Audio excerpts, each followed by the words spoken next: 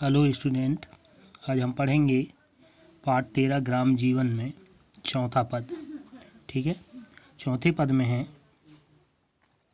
खपरौले पर बेले छाई, फूली फली हरी मन भाई, काशी फल कुसमांडु कहीं हैं, कहीं लौकियां लटक रही हैं।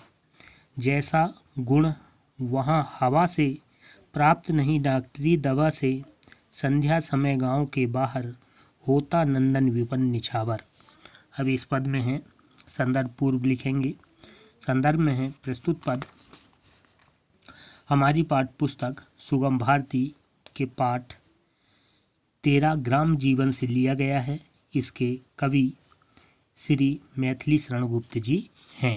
ठीक है, अब होगा प्रसंग लिखेंगे। इसमें प्रस्तुत पद में कवि ने गांव के वातावरण का चित्रण किया है या वर्णन किया है। ठीक है, प्रसंग होगा प्रस्तुत पद में कवि ने गांव के वातावरण का वर्णन किया है।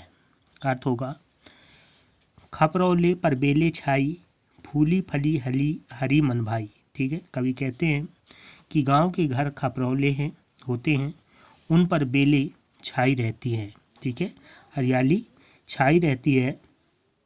उन पर कई प्रकार की सब्जियां लगी हुई हैं जो मन को अच्छे लगते हैं, सुशोभित होती हैं। जैसे काशी फल कुसमांडु कहीं हैं, कहीं लौकियां लटक रही हैं। कवि कहते हैं कि जो विभिन्न प्रकार की सब्जियां हैं वो लटक रही हैं, वे हरी हरी हैं और फूली फली होती हैं। ठीक है, जो सब्जियां हैं वो हरी हरी होती हैं, बेले उसके हरे हैं। ठीक है, और अच्छे सुशोभित लगते हैं। जैसा गुण वहाँ हवा में नहीं, प्राप्त नहीं डॉक्टरी दवा में। ठीक है, अब वहाँ का जो वातावरण है, ठीक है, हवा जो है वो उनमें उन्हें देखकर क्या है, मन खिल उठता है। ठीक है, जो सब्जियां हैं उन्हें देखकर मन खिल उठता है। कहीं कद्दू की बेलें खपरौल पर लटकी होती हैं तो कहीं सफ़ेद कद्दू की बेलें खपरौलों पर कहीं कहीं कई प्रकार और बेले भी इसी खपरौलों पर लटके हुए दिखाई देते हैं। वहाँ की हवा जो है, ठीक है, इसमें हवा के बारे में बताया कि वहाँ की हवा जो है बहुत ही स्वस्थ है। ठीक है, स्वच्छ है, स्वास्थ्य के लिए लाभदायक है। ठीक है, जो गुण है उसमें, उन हवाओं में, वो गुण डॉक्टरी दवाओं से भी बेहतर है। ठीक है, डॉक्टरी दवाओं से भी वो ऐसे गुण प्राप्त नहीं होते। संध्या समय गांव के बाहर, होता नंदन विपन निछावर। आगे कवि कहते हैं कि शाम के समय गांव के बाहर का वातावरण नंदन वन से कहीं अधिक सुखद होता है। ठीक है, इतना शाम के समय गांव का जो वातावरण है, हवा इतना शुद्ध होता है। ठीक है, बहुत अधिक शुद्ध होता है और वो कहीं नंदन वन से भी अधिक सुखद होता है। और उन पर तो वह नेछावर होता हुआ दिखाई देता है। कवि कहते हैं कि जो नंदनवन है, ठीक है, वहाँ पर ऐसा प्रतीत होता है मानो नंदनवन की स्वच्छ वायु जो है वो न्यौछावर हो रहा है।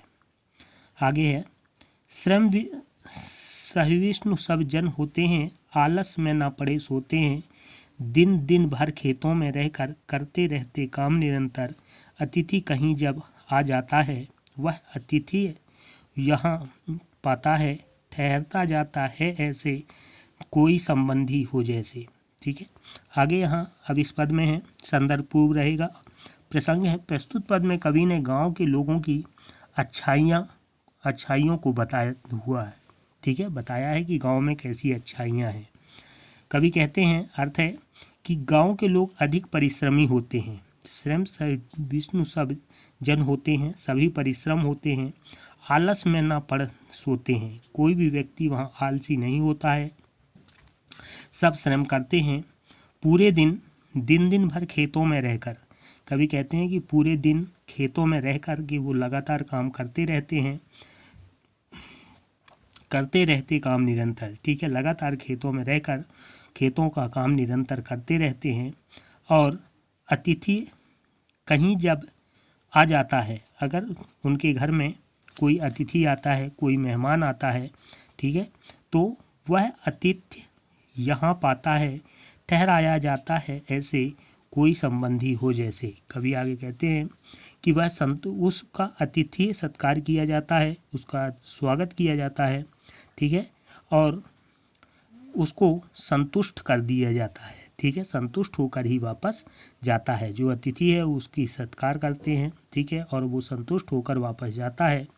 वे उसका आदर सम्मान अपने किसी सगे संबंधी की तरह ही करते हैं, ठीक है, और उसे खुश कर देते हैं।